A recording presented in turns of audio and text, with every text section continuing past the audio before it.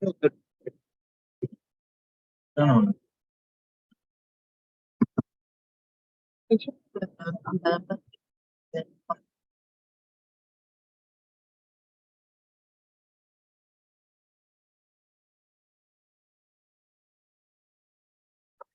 Hi everyone. So I'm just gonna start first, and you have to take my time because they want to start at 6:30. So yeah, just can I have a show of hands? Who is here in this space for the very first time? Oh, there's actually quite a lot of you. Okay, nice. So hi everyone. For those that don't know me, I'm Edwina. I'm the Google Developer Space Events Manager. I'm also in the Dapr team. So welcome to Google Developer Space for the first time for those that is here very first time. We try to. Okay, so a little bit about our space here. We actually promote Google tools using this space as well as host community events like this one over here. So we have a lot of different community events, and you can follow our social media to find out about the events that we are having this week, the next week, or even in the entire month. So I've also created a Telegram channel that it will be easier for you guys to follow any of the community events that's happening here.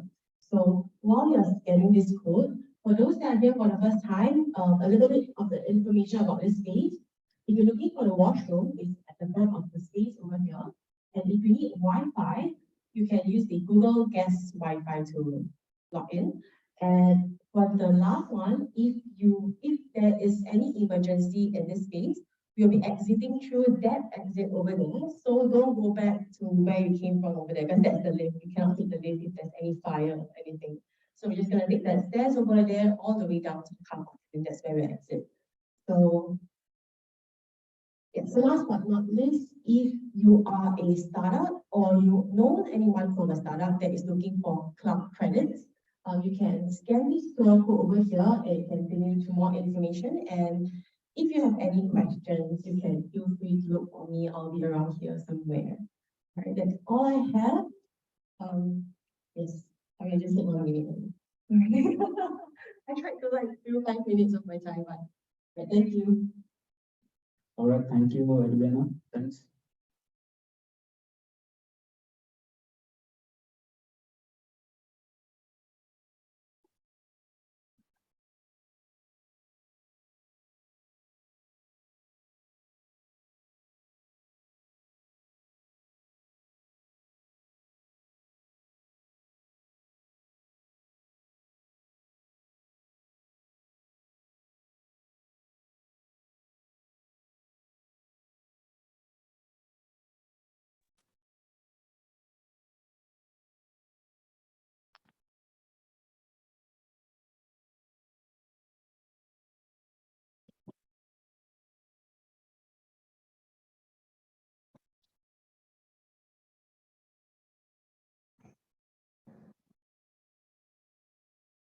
All right, thank you very much. We'll start our session in 5 minutes before that. My name is Ritesh. I'm one of the co-organizer with my colleague Fazir, and we have a volunteer for Siva. So we schedule these meetups once in a month, sometimes twice a month. And our focus is mainly upon Kubernetes and cloud native CNCF related. Our founder Yongkang, he is a CNCF member, and what we're trying to do is we try to share the knowledge within the community as much as we can, and we are passionate volunteers who are doing it. We are also looking for volunteers and speakers. So if anybody of you who is interested, please reach out to us. We would love to have you on board. So what is today? We are doing a 17th user group, which is like in this year, and what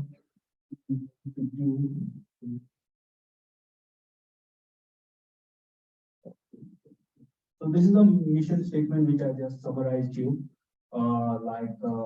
We want to share the best practice, and we want to be an evangelist of Kubernetes and CNCF. And without much taking of your time, I would like to call Hairizuan Noorazman, who would be talking about deploying apps using workload identity and on Google Kubernetes engine. Hairizuan, thank you.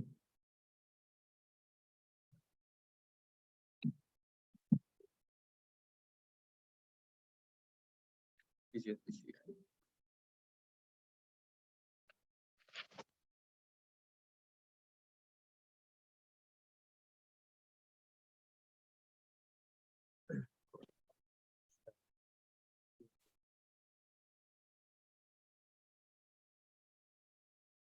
So,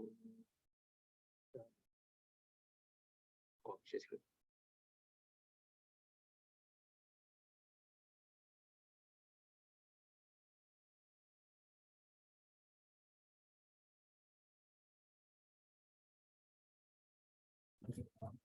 Hello, testing.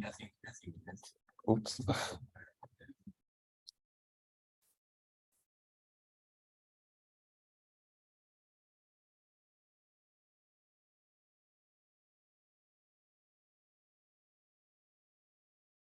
Okay, hello there.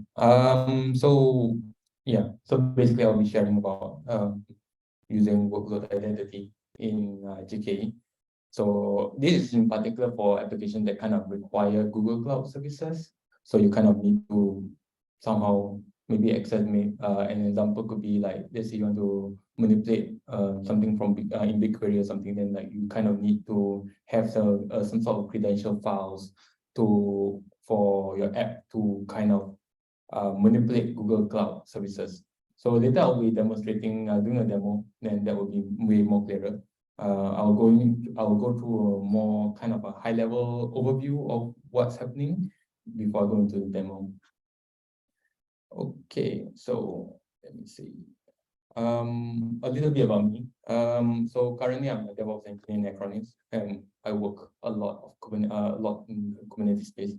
Like if anyone has questions within the Acronis company, like I'll be the one kind of have to respond and provide answers of how to use Kubernetes, etc. I'm also apparently a Google developer expert. They just given me the title. Okay, and I'm also a book author for this book called Golang for Job Seekers. So let's say if you want to kind of write up Golang and understand how to get Golang applications into production, this could be a resource for you if you're interested. So yeah. So why workload identity? So let's say you have an application and then you want to deploy the application on Google Kubernetes engine. So the typical way of how you would want to connect to Google Cloud services is maybe you go to Google Cloud IAM, and then within the IAM you create a service account, and then from the service account create a JSON file, and then using this JSON file, you will use that as a credential file within your application to connect to Google Cloud services, which means now you have to manage that JSON file, and that poses a potential security risk. Like now there's this file that you have to manage. Like how are you going to save this file? Like, do you like encrypt it and put it on Git? Like, how do you manage it? So there's one kind of a concern that you need to think of. In Google Compute Engine, there's less of this problem. Like Google Compute Engine, like usually on a virtual machine, you will need to kind of denote, okay, this virtual machine comes with some service account, and then on the application, you can just say, okay, just use the service account that's attached to this virtual machine. You don't have to have that JSON credential file. So is it possible to kind of replicate the experience for an application in GKE? So this workload identity is kind of the answer to that in a sense. This workload identity was kind of a feature introduced like 1 to 2 years back, if I'm not wrong. So let's say if you are trying to create a GKE instance, this is a classic GKE instance where you have to control the number of nodes and etc. Like in order to get this workload identity thing in GKE and enable it, you need to kind of tick that checkbox. But in current GKE, it's enabled by default, so you don't have to think about that. Okay. I'll jump straight to demo for now. Then after that, I will proceed on with more of the slides. But before I do that, anybody has any questions so far? All good? Okay. All right. So we have this application. Let me quickly go through. This application is in Golang. So let me enlarge the screen, make it bigger, big enough. So this application is kind of dumb and basic. All it's trying to do is just access a Google Cloud service and try to list out the number of the instances within a certain region. So in Golang, you just create this thing called compute.new service. And then this is kind of the main function, main line that does the main thing that we want it to do, which is just to list all the instances for this particular project, for this particular region. That's the main thing that we are trying to do here. So the thing is, right, on local or on not local environments like my computer, we will just use credential files to do so, to try to access Google Cloud services. So that's to allow us to access Google Cloud and then like be able to list out the instances. So let me show you how do we usually get it. We go to Google Cloud environment, Google Cloud console in a sense. Then we go to IAM, the service account I already created beforehand. I know because it's essentially just administrative work. We'll just need to find for this account that I created beforehand, which is sample Google Compute. And then we'll just need to create, it's under here. Service account, sample Google Compute Engine. So this is a service account that we're trying to use. And then what we will need to do is provide it permissions on what it will need to be access to. I provided it the editor access because I don't think about too much about what particular role is needed in order to access the list of instances on Google Cloud services. So it's a bit too much of a hassle. So this is definitely no go. Don't ever do this on production.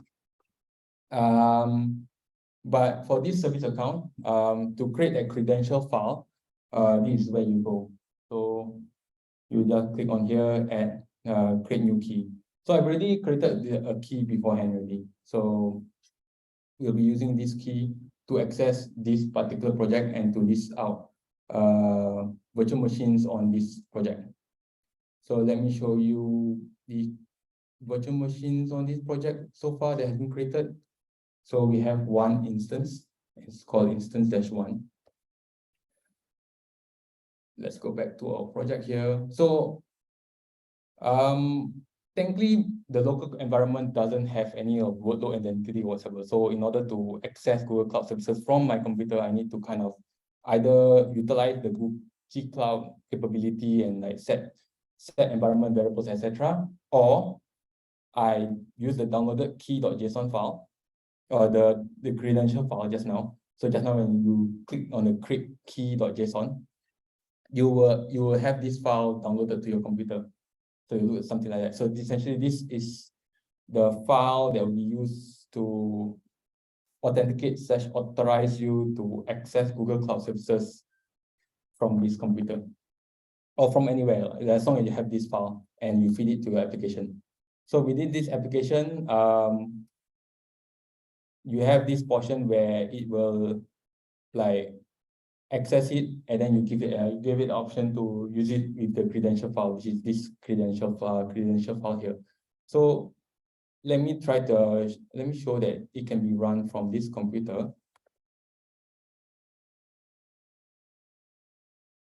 Let me build the app.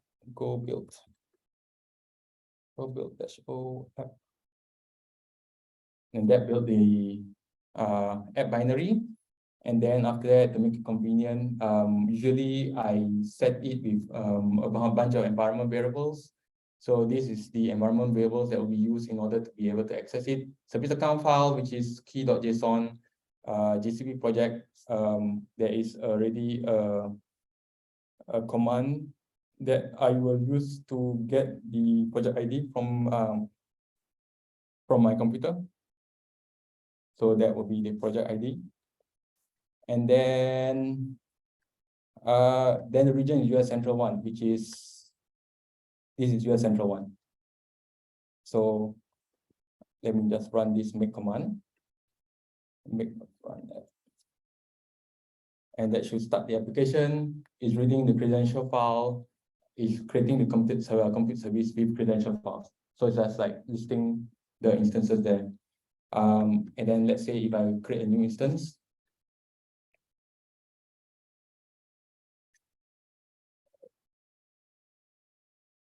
micro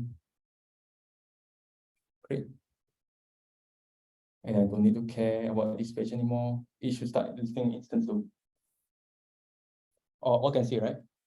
Okay, so this kind of like shows how the workflow of, let's say if you have a credential file, how would you use that credential file and how you access Google Cloud Services using the credential file and like, you know, do your stuff. But how do we do it without the credential file? Because like, you know, the whole purpose of this workload identity is like so that you can do this stuff without needing to manage this key.json file. Because like, no, now you wouldn't want to manage this file. And after this talk, I have to delete this file. That's the thing. Okay. So first things first, since we are going to deploy the application to Kubernetes, of course, we will need to create the container. It is a container Docker file. I assume everyone is kind of familiar with it. So I kind of made it convenient and created a whole bunch of make commands to make it convenient for me to build such things. So I'm just doing the usual, which is building the Docker container and then pushing the Docker container to this project's container registry. So I'll create a new version called version 3. This will take a while. Let's wait for it. Essentially, this is a multi-stage build. The first stage is to build the application. Second stage is a more slimmed down version, just a Linux container with the binary.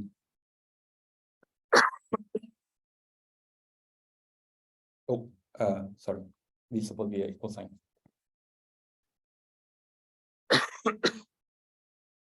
Okay, so we have the container built. Then let's push it.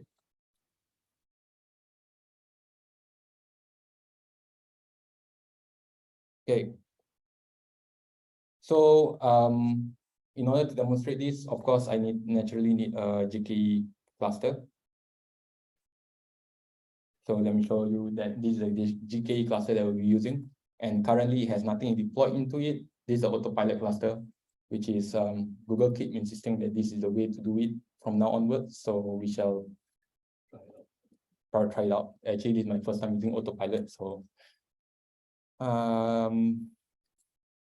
let's put here. This is actually just a way to create the credentials so that you can have kubectl access to this cluster. So if we just clear this, kubectl get ports, we should see nothing.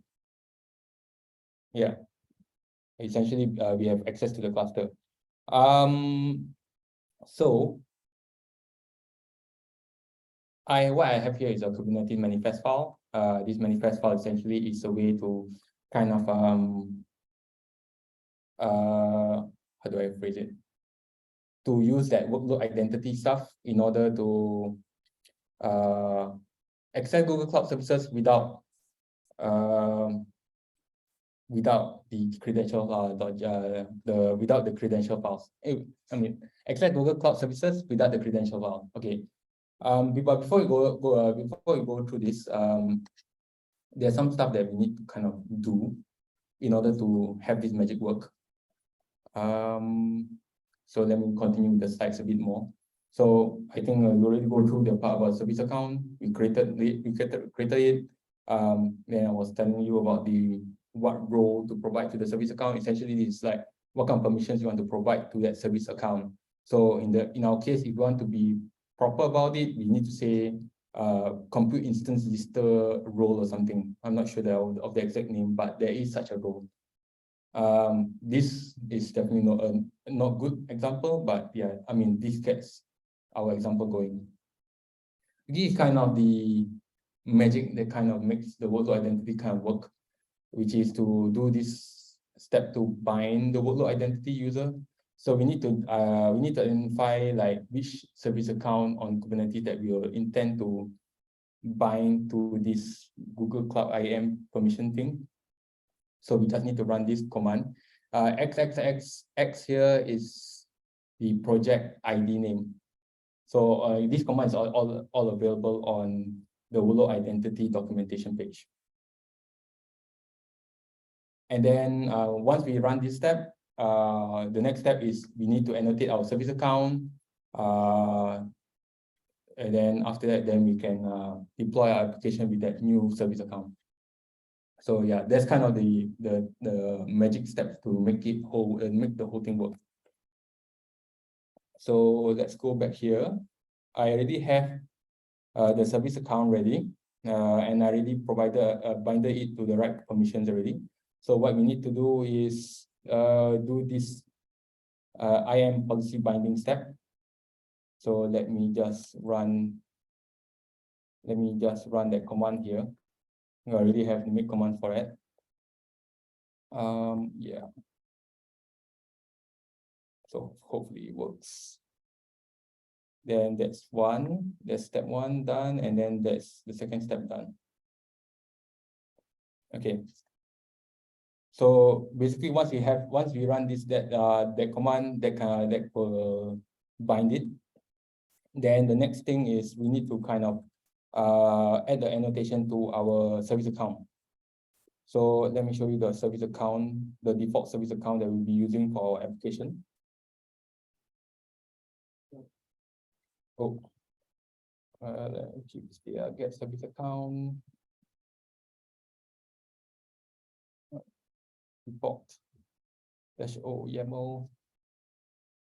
So we see it's like a brand new service account with no magic inside. We just annotate it.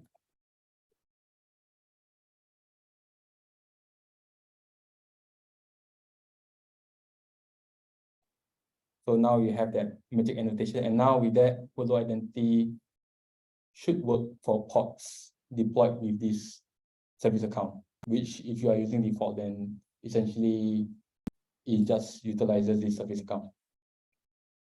So we are deploying using version 3. So I need to update this to version 3. That's about it. Then next step would be to deploy the application. get pods. We have nothing, and then let me see where is the command. Okay, so I just needed to replace that XXX, so I already have a make command for that as well. So deploy GCP project. Yes. Okay. Make deploy.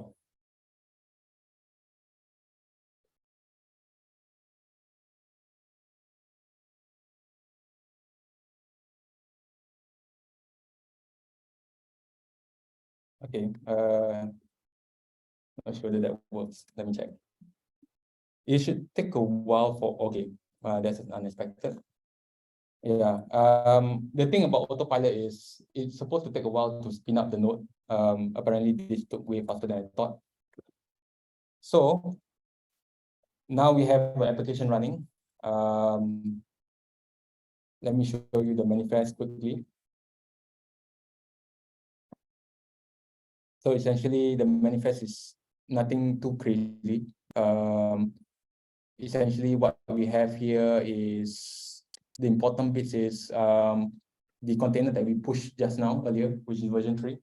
The GCP project ID, which just now, if you see the run app, we kind of needed to pump it into the application in order for you to know which project to get the instances, virtual machine instance information from, and which region.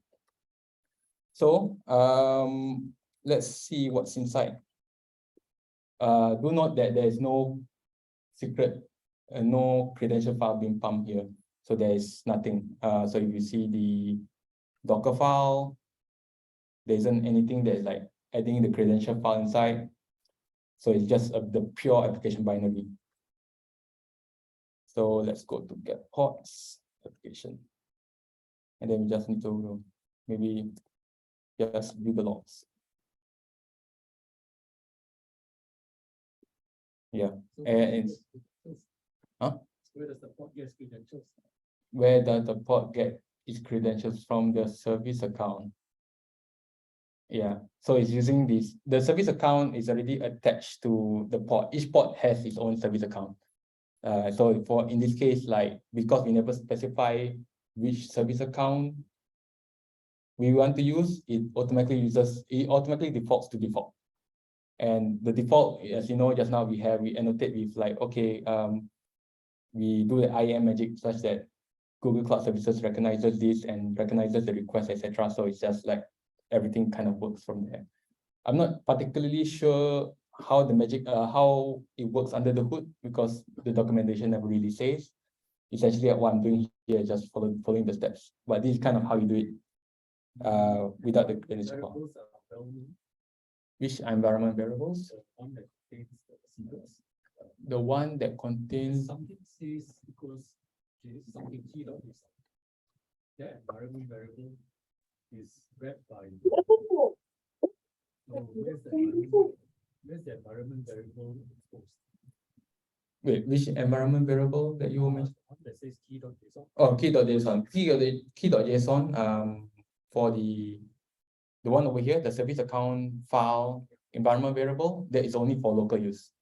Or you can make it for production use in a sense, but okay, let me show the Golang code again. Describe your port. Okay, hold on. Let's see where that file. Yeah, describe get ports. HTTL, right? Ports. Is this big enough?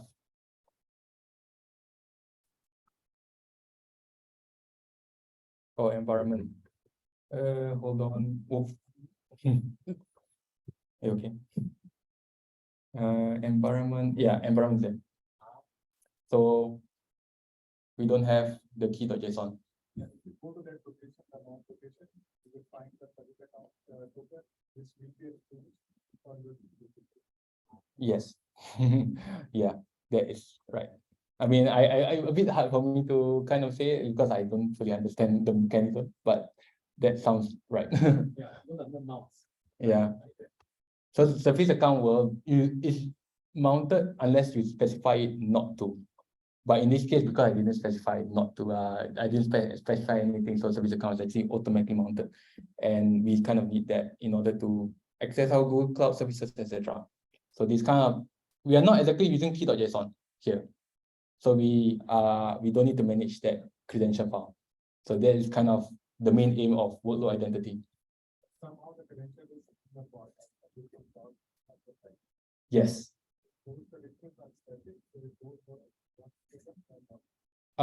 It's tied to your Google Cloud. It's tied to your Google Cloud account. So if it's stolen, No, so if you just go SSH to your pod and got those credentials and you use it from your local, Not supposed to essentially. that's what, if the pod was got compromised, right? If the credentials are static, then it's a problem. yes. Okay. I mean, if you do find that worry that your service account, Not service account, because service account is exchanging those credentials somehow in some place in the pod, there will be key.json, which is dynamically injected like exchange with the service account token basically. yeah, I'm not too sure about that. portion. Yeah, I'm sorry. Okay. Yeah, I mean, maybe you can continue discussing about that after this. Yeah, like for example, AWS and all, they have a time limit for the same. So they say, okay, any credential that you are exchanging will be timed out in 60 minutes or whatever. You can put, I think, up to 2 days maximum, but that's it. So that's the risk. Like if even if your credential got stolen somehow, so on for that much day, it's very late. I'm not sure whether workload identity has that. Maybe it has something in the documentation, but I haven't dug through that deep. Like all I wanted to do is just get it kind of working for this. Thank you. Yeah. Yes. So, when you create a point, with so when you are creating the point between your IAM user or the service account and the Kubernetes service account, do you, do we actually specify the namespace that can, that can only create the or use the token? Yes. Kind of arrangement? Yes. Let me show you the command for that. So let me show you. Okay, let me make this bigger. So if you see here, you see this highlighted portion. That is the first part is your namespace, and your second part should be the name of the service account. If I'm not wrong, yeah, we need to kind of double check the documentation about that. But if I'm not wrong, that is the one here. I'm using default because I'm being lazy about it. Because if you don't specify your service account, you automatically use the default. So does that mean that if I go to my pod and SSH into pod and take the token and try to run it from my local, it will fail because it is not coming from the particular cluster and the context, which is the namespace and the pod name. So because the federation here is using the cluster name as well as the namespace. So if I'm running from local or maybe some other cluster, I'm assuming it should fail well.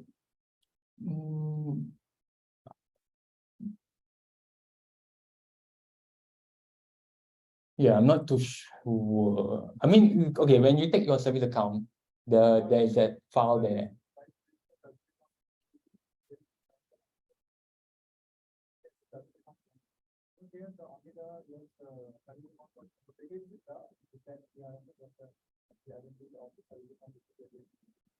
If your service account, Kubernetes service account has those innovation, doesn't matter where I come from. Yeah, and if I'm not wrong as well, for older GKE cluster, you can even specify a specific notation on the node level to say which node can have workload identity and where it can run the workload identity on. But this is the autopilot cluster, which by default all nodes have that feature allowed. So yeah, I don't know, that's just a little tidbit information in a sense.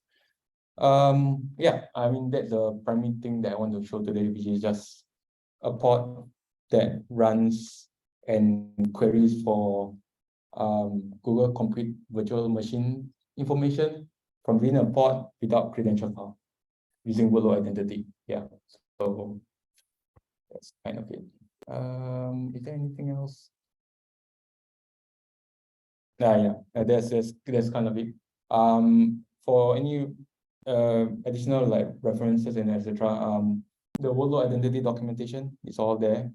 Probably there's some parts I didn't properly provide enough information, so probably this documentation will probably help more. And with regards to the application, the example application that I was showing just now, you can go to that link there and you can inspect it and modify it accordingly. Yeah. So yeah, that's kind of it.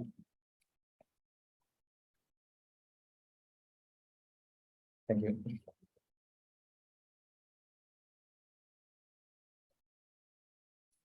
Yeah, sure. All right.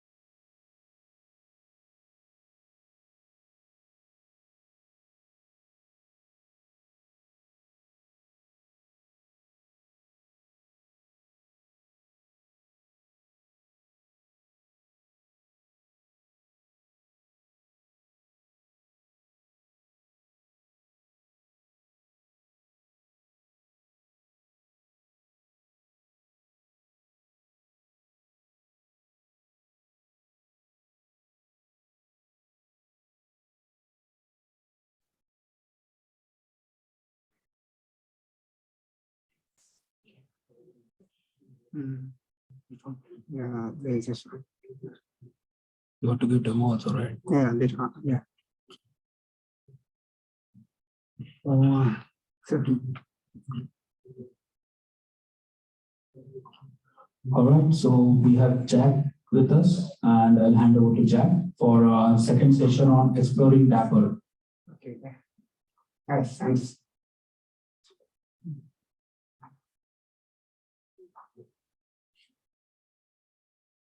Hello, everyone. Indeed, very happy to share something about the Dapr. Here is the agenda, maybe a self-introduction. Okay. This is the agenda, so here is a self-introduction. I currently work as a lead consultant in NQC, as a NQC IO.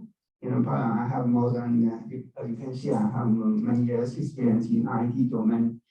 Previously, I worked in the backend and the front end full stack software. Later on, I'm quite interested in the DevOps domain and the SRE things. So I spend most of the time learn and practice the cloud technologies and especially the Kubernetes. And later on, found the Dapr is quite interesting. So I also involved in product environment. So, and learn something about Dapr. I can share something with you guys. And other hobby, like reading books. That's why I learn a lot of things. And which later on learn about the Docker and then all these kind of things. So my profile is that if you're interested, you can check that. Okay. First, we introduction the Dapr. The Dapr actually started at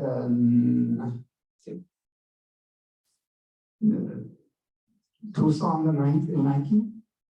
However, the concept wise is not formalized. This is one guy called the Bidot.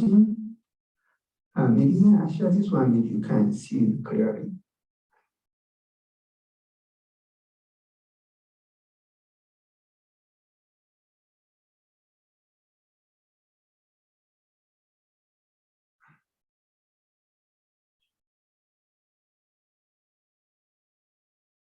Hope you can see this one.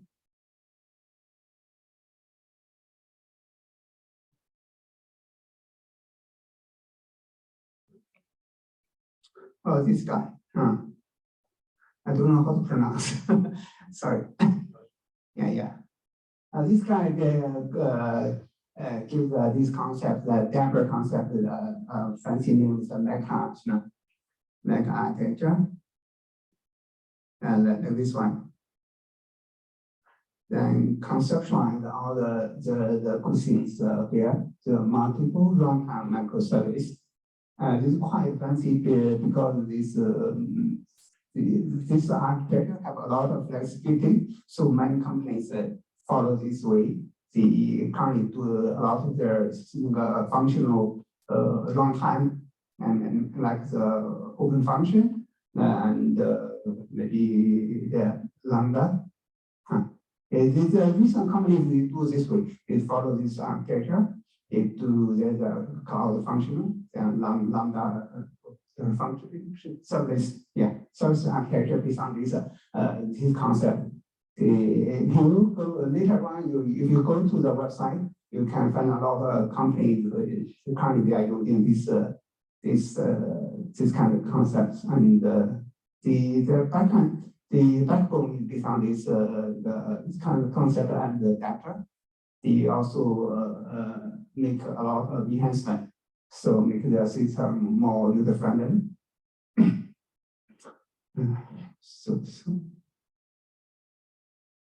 Okay. Oh, can explain a lot. So here they started a lot of things. This maybe the business logic we put here. Another part, Mecca will provide a lot of runtime infrastructure. It provide offshore from mechanics, a lot of things. This conceptualized maybe later. This is the Dapr. The Dapr is the implement. I mean how to say after 2020, they implement this concept. Even this guy, huh? Okay, here.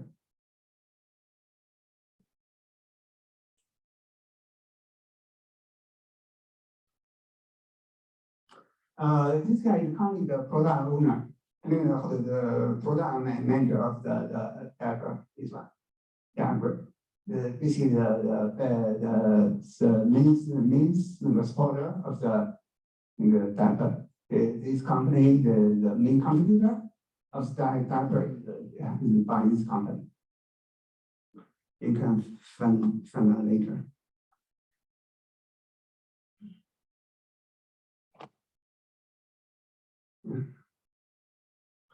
You can see from this diagram, we have the Dapr provide a lot of infrastructure level runtime environment. From here, we provide the API configuration, state management, input bounding, output bounding, public subscriber, all this kind of thing.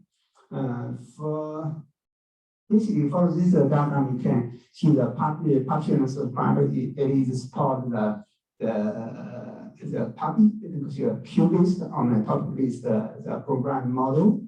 It also supports the service invocation. The invocation interface is the method call, the way the synchronous method call, that kind of thing. We also support give a lot of flexibility in the input binding and output binding. I mean the same method you can support the different bounding. I mean HTTP, gRPC. A lot of things. I can't remember a lot. So another things maybe it also support the secret manager. Secret management it called the cloud provider. I mean like the AWS secret KMS is kind of thing. Actually, I missed something. I missed.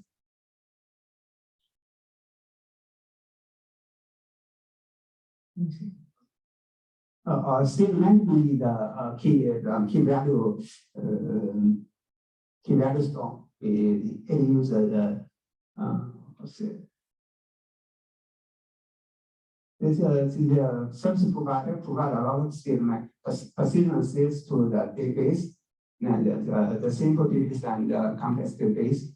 The whole runtime abstract all these the basic concept into this Dapr runtime. I'm not sure. Yeah, I explained well. Sorry. Later I'll show you more. Because this diagram is a lot of explanation. I don't think I explained well. Maybe later I show you more diagram about this one.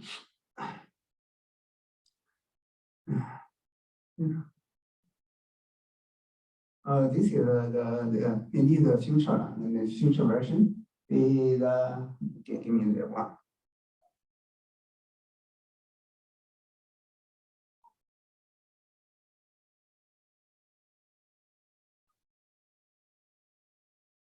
Belgium have a vision of this one. Sorry. You? Oh.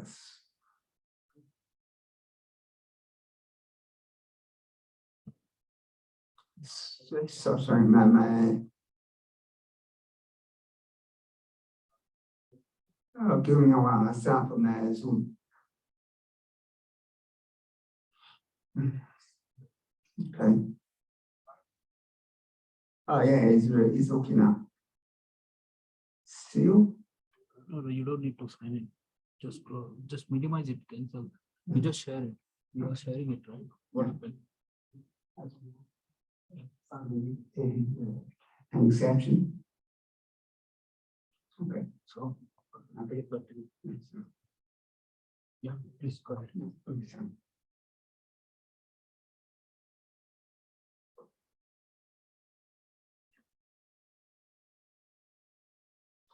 This is a version of the Belgium. The Belgium give a lot of versions. So either runtime, either central, either runtime, we call a lot of call the service provided by the cloud provider.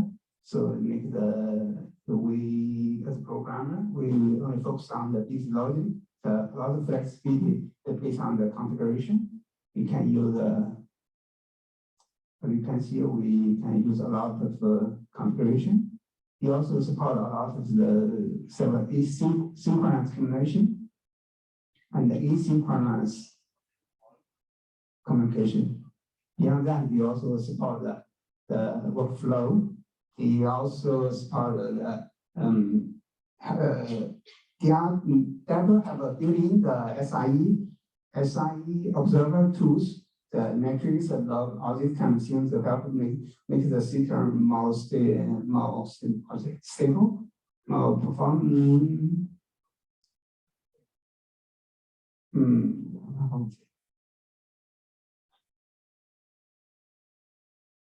The unit to troubleshooting, it seems they have a law, they follow the open metric. The standard way you get SIE best practice you build into the Dapr. So if we run our system in the using Dapr, a lot of the issue was resolved by the runtime. We like this a lot of logging metrics and the community level. We also have a lot of reliable pattern, so a lot of policy retry and come out and a lot of things. Okay. Honest. Another is as our system the growth with some system are not running the Kubernetes. So we some of our code and components running outside the Kubernetes. The Dapr is building the service mesh capability, so you can easily integrate our system from outside of Kubernetes to the code components in the Kubernetes. That's a very good thing. Yeah. Sure. Okay. Okay, this is some experience using the Dapr. 1 year ago, I used the Dapr. The IDE is not friendly, not user friendly. It a lot of issue. It's quite hard to set up the environment. Even there are some issues. The opener maybe 3 months ago still not resolved. Maybe because the new ecosystem, a lot of issues quite hard to troubleshooting and resolve. So it takes quite long to take a lot of time to set up your IDE environment. And the debugger, I'm sure it's because if you run the system on your local machine, you need a very powerful computer. Maybe usually we are using a laptop, so we need a very powerful laptop to host our whole system on our laptop. That I think it's quite expensive to buy a very powerful laptop.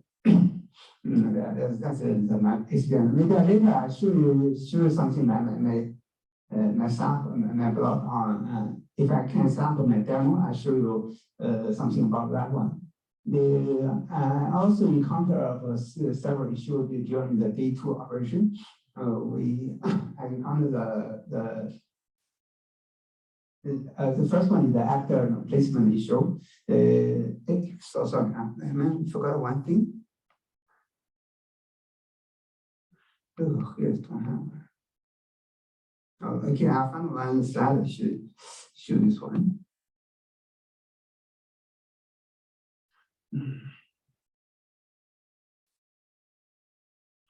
So,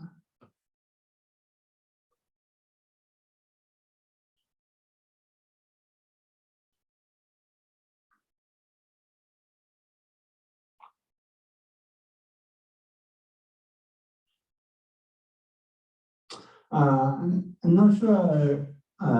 What's it? Are you familiar with this the actor design pattern? It is quite fun. Is quite popular in the telecom domain. You use the Elan. Maybe we didn't use the backend system. We are using the WhatsApp. Usually running in the Elan long-term environment. They are using a lot of pattern. This the actor pattern. And so the Dapr is also support this kind of pattern. They're quite flexible. Yeah, I forgot one thing. Yeah. This is you see this one, you can use it in the gaming industry.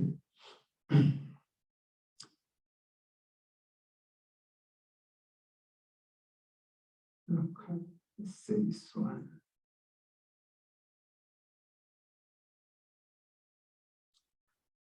Basically the actor is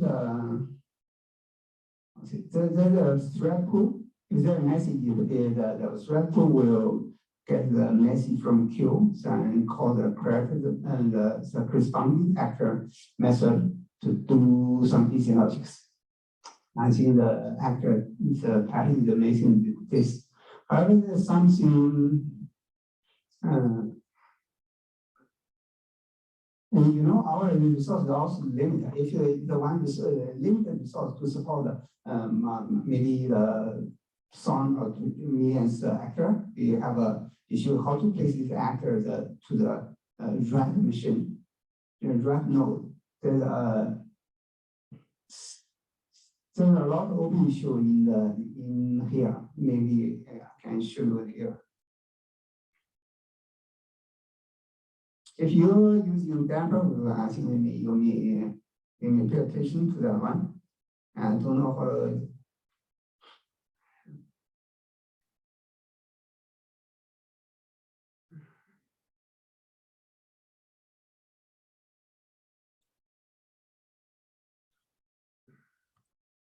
Yeah, I didn't forget to clean the.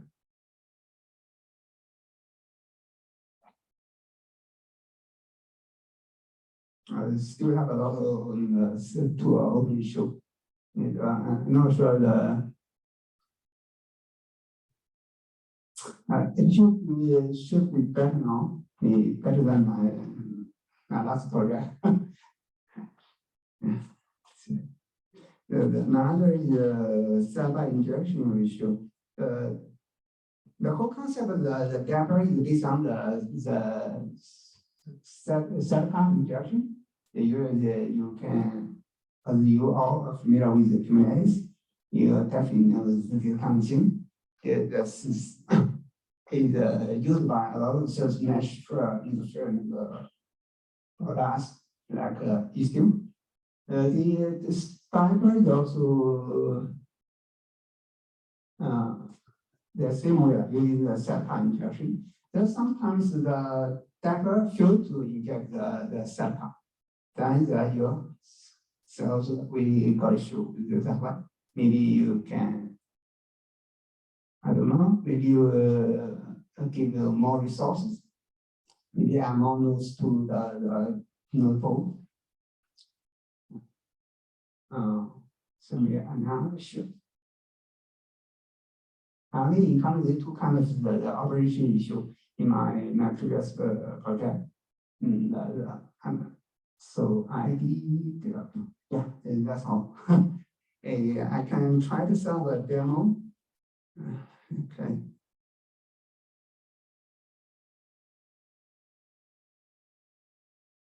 Okay. And such a, yeah, sorry.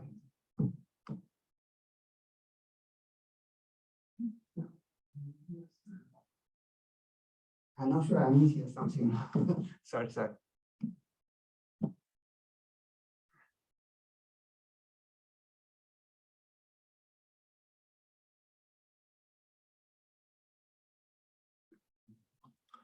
This is sorry.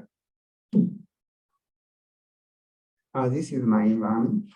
I basically using King some of my environment. Maybe have some issue.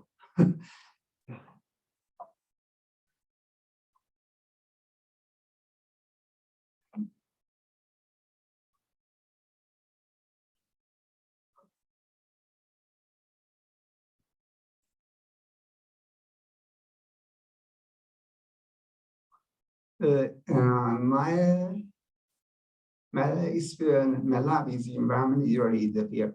If you are interested, you can check this one. I do a lot of things here. Yeah. The checkpoint is usually I have experience. I set up my environment use this one. Yeah. Yes, sir.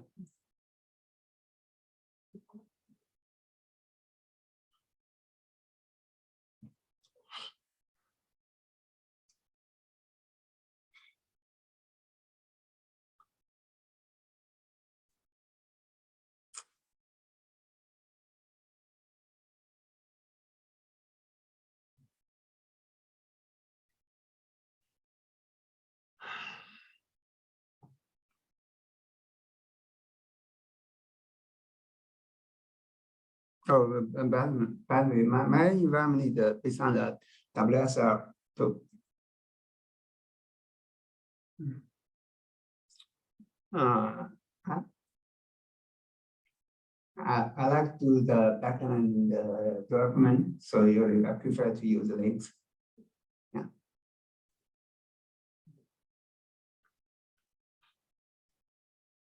Let me think. Let's see.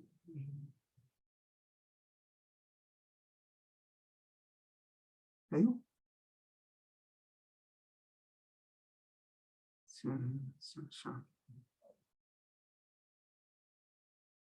Hello.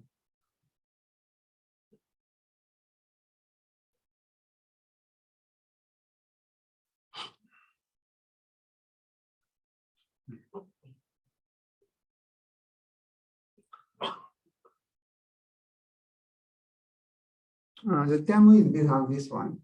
If you're interested, I have put here.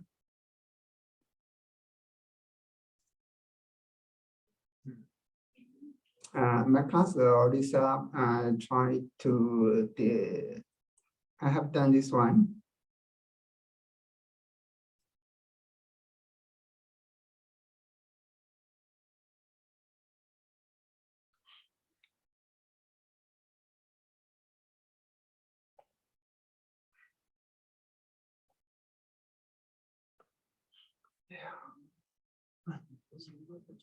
Sorry.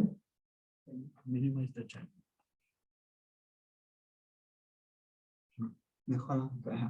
We'll check. Sorry. I'm not sure I can start this one because I'm not sure.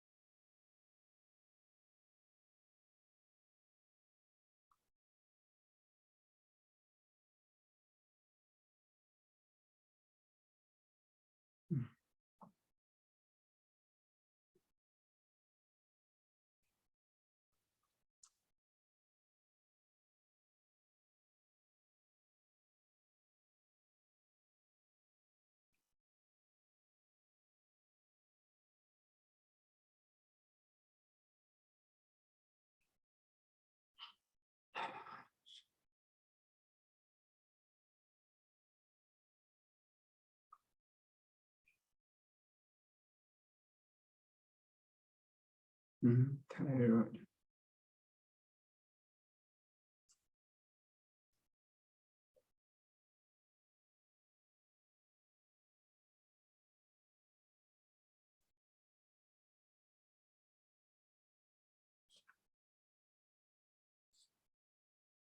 Oh, I should delete the class.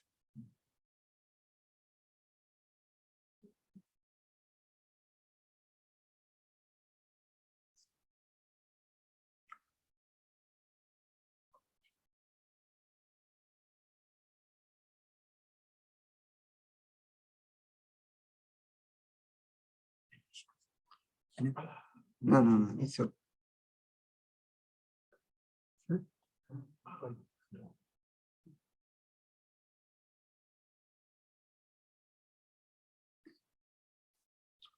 Because if you run the how to say, the Kubernetes in King,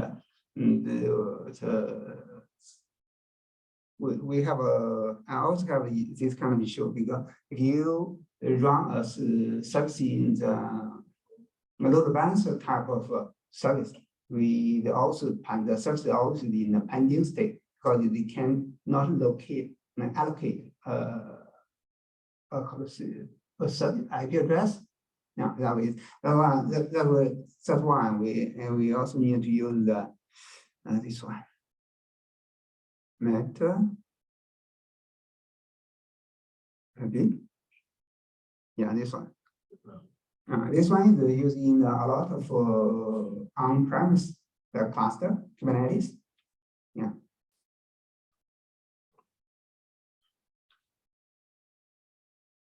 I'm trying to find my way. What?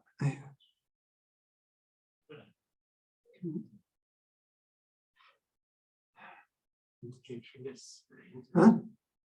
I'm not sure. Yes. Huh? Sorry. K8SUG better than Git. Okay, sorry.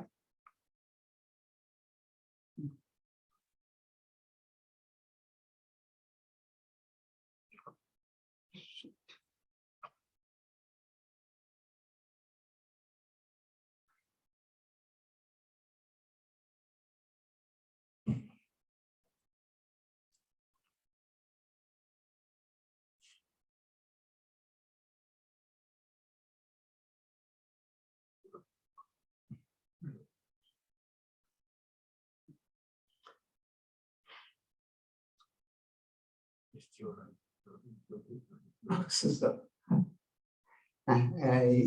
if I cannot finish this set up this environment, later on I post a document about how to set up this environment. And because I do not set up an environment in the cloud.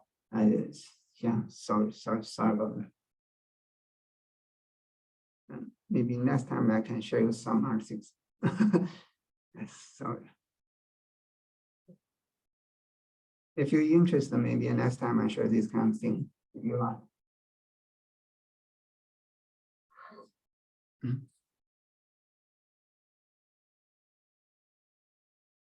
Yeah, sorry, hope I know it's still time. Yeah.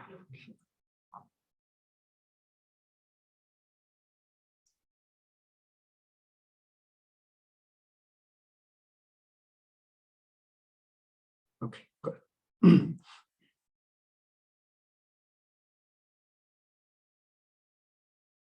Well,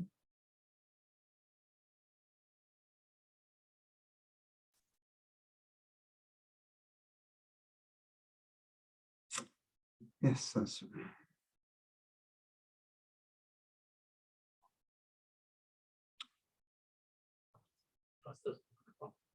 So sorry. What's the problem with like error message or container? That one is in the not that one, I'm not sure.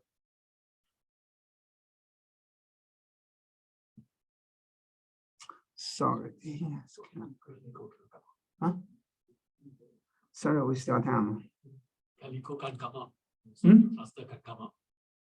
I think basically this lab I usually practice many times in my first for my preparation of the Kubernetes exam.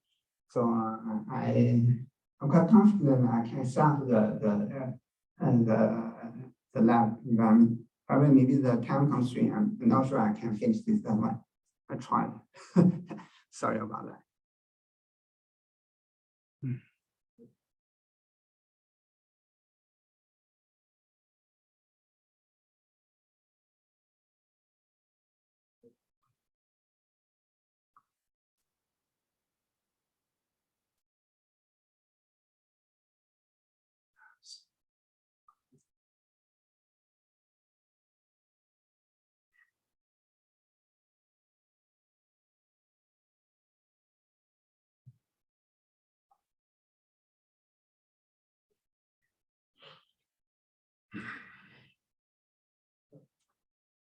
Perhaps instead of the demo, you can share with us why you find Dapr interesting, what you use it for, what kind of problems does it solve for you?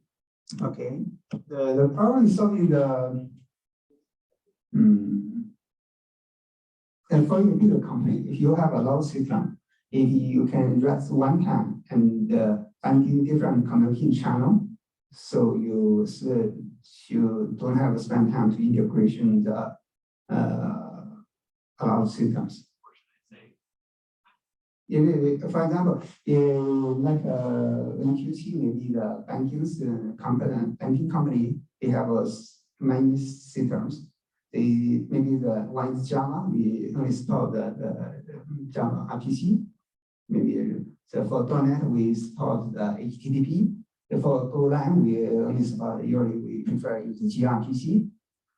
So if we using the Dapr, we only use write one time is the basic logic you deploy to the Dapr, and using the outbound or inbound banding, you automatically store all these kind of conversion protocol. So if I understand you correctly, you have to rewrite your legacy application as the top Dapr. They asking for the new Dapr for your application, the cloud the cloud native applications. For cloud native apps, you're already running Istio. Just deploy the Kubernetes. I don't think we run application the isolated way. We also integrate with the other systems, right? That's the purpose of gRPC. It's multi-language and all that. Anyway, I just want to find out why you find Dapr interesting and what kind of problems it solves for you. So it seems that you are solving the multi-language problem, correct? Java, .NET, Go, whatever. Yeah. Basically, the result of this one.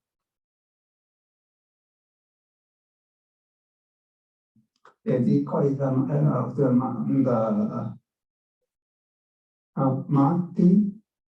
multi-runtime microservice. The other one is one very interesting. This one. I mean the Dapr actually Can you show just some examples of your work where Dapr has been helpful? Actually, I'm here. So this is my. This is not an ego. I'm not sure.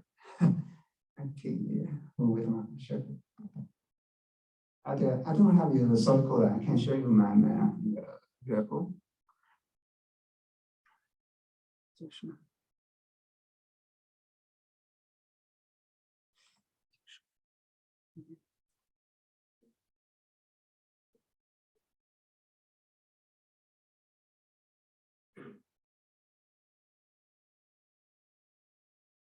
Okay, here, which one is mine?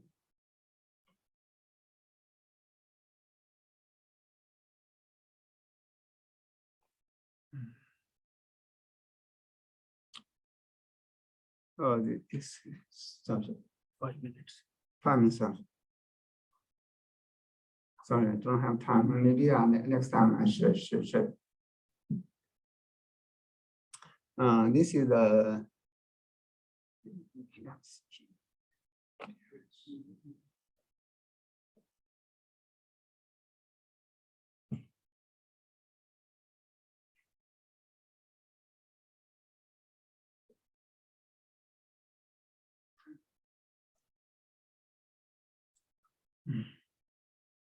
This one my back office system I involved in. We are using the Dapr.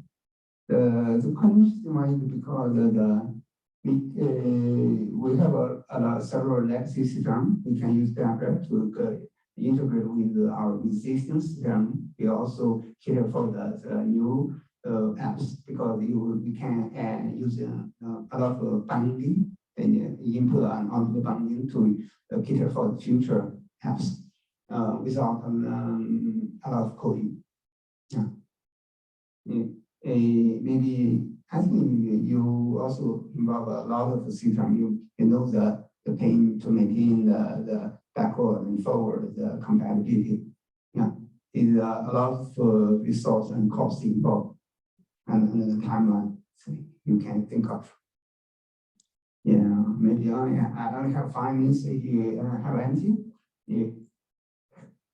Later I'll post maybe I'll post a document about how to set up a local environment.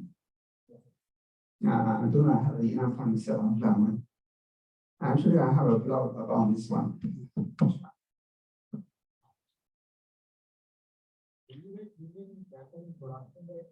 Yeah, right.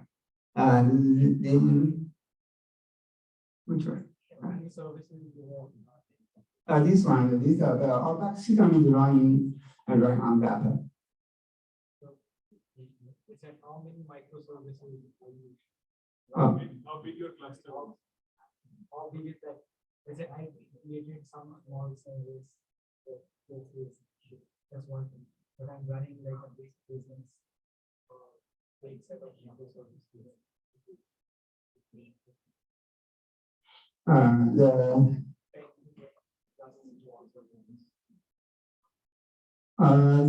don't think that is issue because the big issue because the service mesh is a lot of overhead. You need to configure the limited service to only the third count only cache a subset of the service. If the third count cache a lot of the other microservice, you have a lot of overhead than the performance issue. That's the main concern. And one thing you mentioned earlier that you faced issue with sidecar injection. Sometimes another issue because usually the resource constraint. If we don't have enough the CPU memory resource, the source mesh issue is as you mentioned. You asked if we have a bigger cluster, we have a lot of microservices. A lot of services which the subcom the source mesh subcom you cache a lot of things in the memory. That will cause a lot of overhead. Yeah, and that's the thing. The main concern if you have a lot of microservices. Yeah. You continue until anybody has any other questions?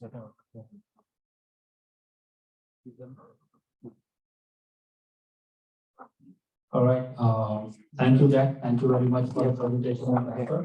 And as I said, he's available. You guys can reach out to him and discuss if you have any questions or you want to know more about it. And since we are very end of we're almost at the end of this meetup, there will be a quiz, and the winner of the quiz will get some class. We were able to win. But before that, just stay with us for another 20 minutes. I promise if I get you guys will be, you guys can be for the whole.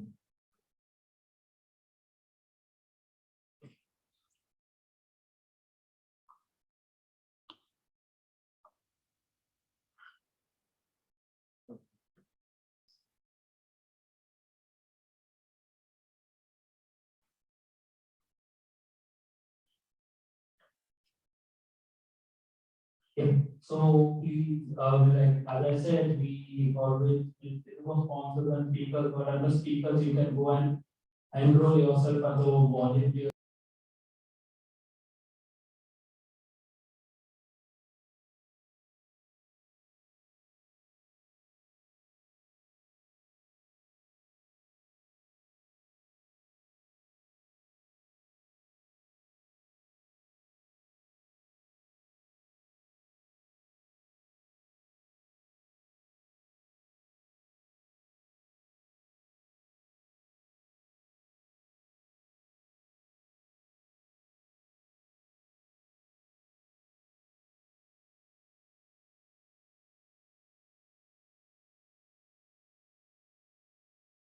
Okay.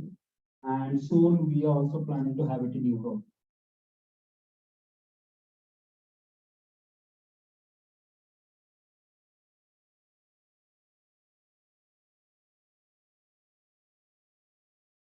So yeah, as I said, we have K8SUG Australia on 18th July. Sorry, it's 20th July. It's on 20th July. So AWS Security User Group. This is also one of our systems that we also organize AWS Security User Group. And K8SUG Canada at RBC Bank, which is scheduled on 10th August. Yeah, just advertisement of ourselves. So this is like a core organizer. As I said, Yonkang is the CNCF ambassador. Fazil, myself, and Sachin. And we have Siva, a new volunteer who has joined us from today. Yeah, so from time to time we do sponsor, we give opportunities. So this is the discount coupon for K8SUG members. So if you want to attend DevOps Asia Summit 2023, which is hosted on 28th July from 9 AM to 6 PM, lunch and breakfast, everything is included. So you have 20% discount using this code K20DOS23.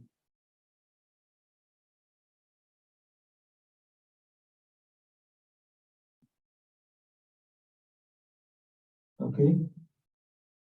Yep. So yeah, this is also one of the things that we guys do, wherein we give the podium for 2 minutes to the audience. If you want to share anything, or let's say if you have any opening in your organization, or you're looking for anything and you want to share something with the crowd, you can come and you can speak. So the podium is yours for 2 minutes. Anybody? Anything you guys can talk, whatever you learn, or anything that you want to share.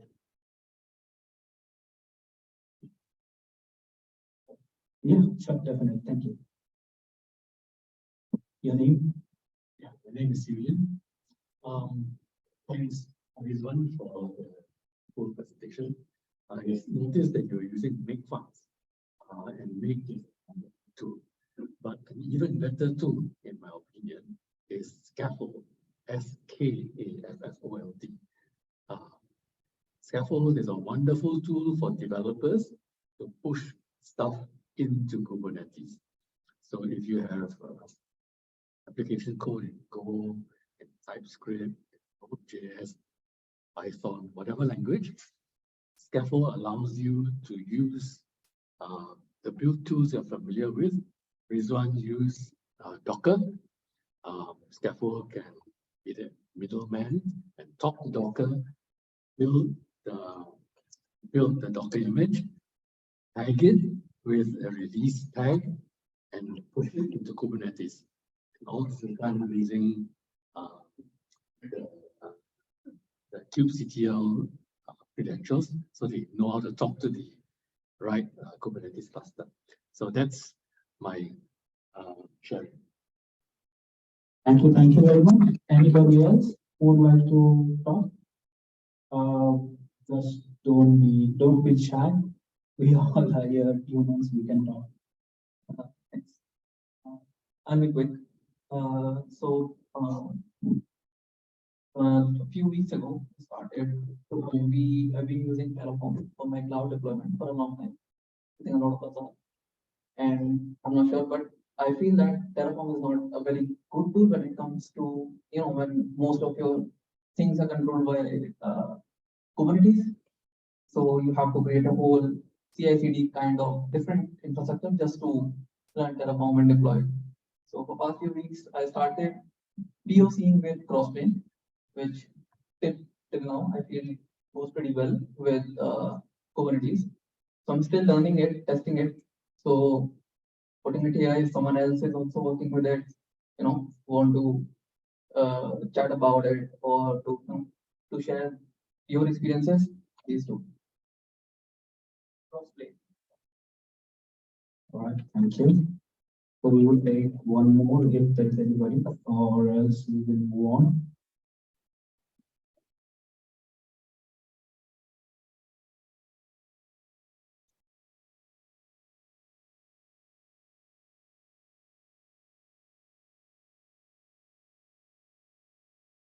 So how many of you are attending for the first time?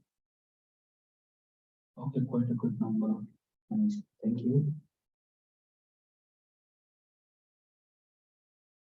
Okay, so after that, yeah, as usual, it's like Google Cloud. Google is one of our sponsor, and thank you to Google who provide us the venue every month, once a day, to host the session, and the refreshment that you guys have, it's also provided by Google. So thank you to Google. We also have our main sponsor, like I said, Google is one of them. We are CNCF is also one of our sponsor.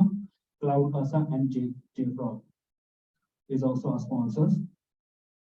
Now, yeah, this is where you guys come in. We would very much love you guys to scan this and give us the feedback. We will keep this on screen for 2 minutes, and after that, my colleague Fazil will share the QR code for the quiz. Okay, so yeah, please scan the QR code and please give your feedbacks.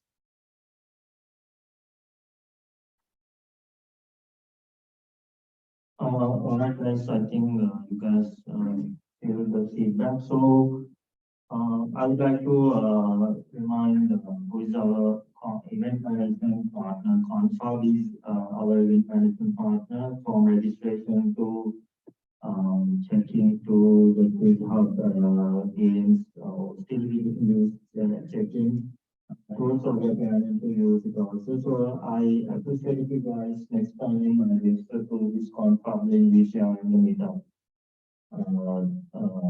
announcement. So that would be easier to manage and get the actual counts and provide and make sure event is moved. So and let's go to our quiz game. So based on the today's topic, so we will be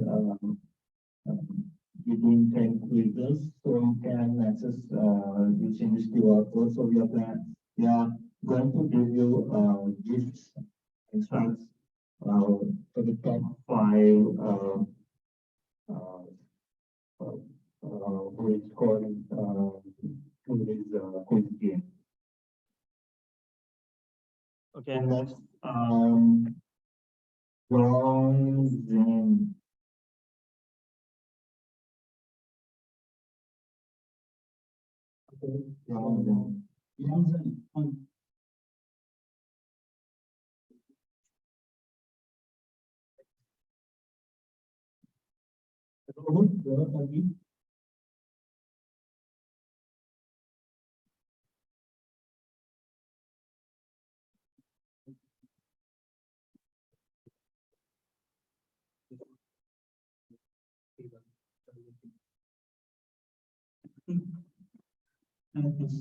Okay, that's one.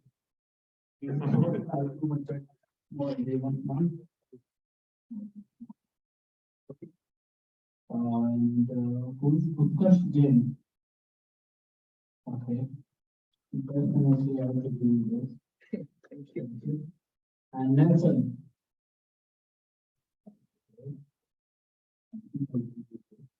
One.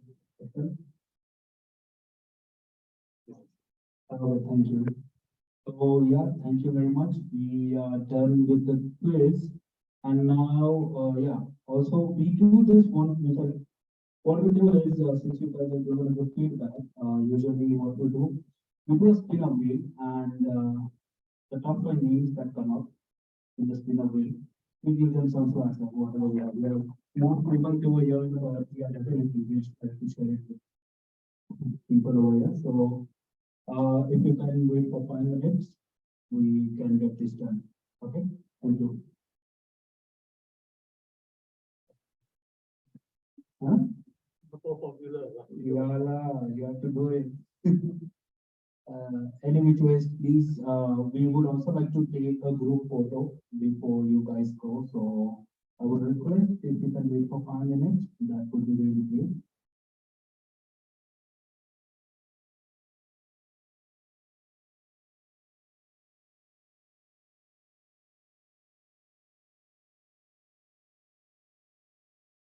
I think we have Solution is still too early. Usually our sessions improve up till 8:30, 8:45. We reach till 9 o'clock, but eventually, as we said, the feedbacks, right? So the feedback, we got many feedback that the sessions are too much, it goes on too long. So we try to reduce the time so we can get some more time for these kind of activities.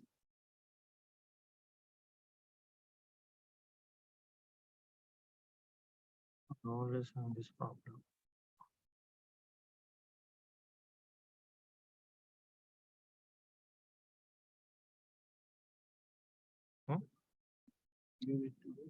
No, this thing is not coming. Yes, it will. How do we have to take, right? Oh, good.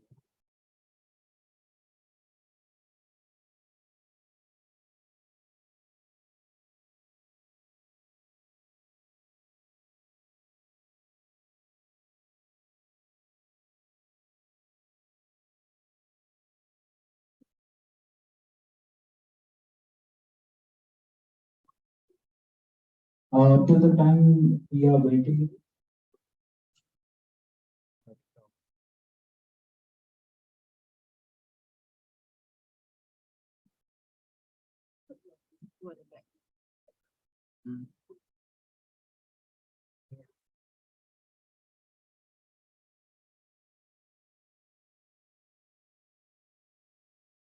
Feedback we can't do. And you put a logo back, we'll take a photo. all right. So only for some technical difficulties, we cannot do the feedback in level, but yeah, guys, whoever is there, please come to the podium and yeah, we'll take a photo quickly.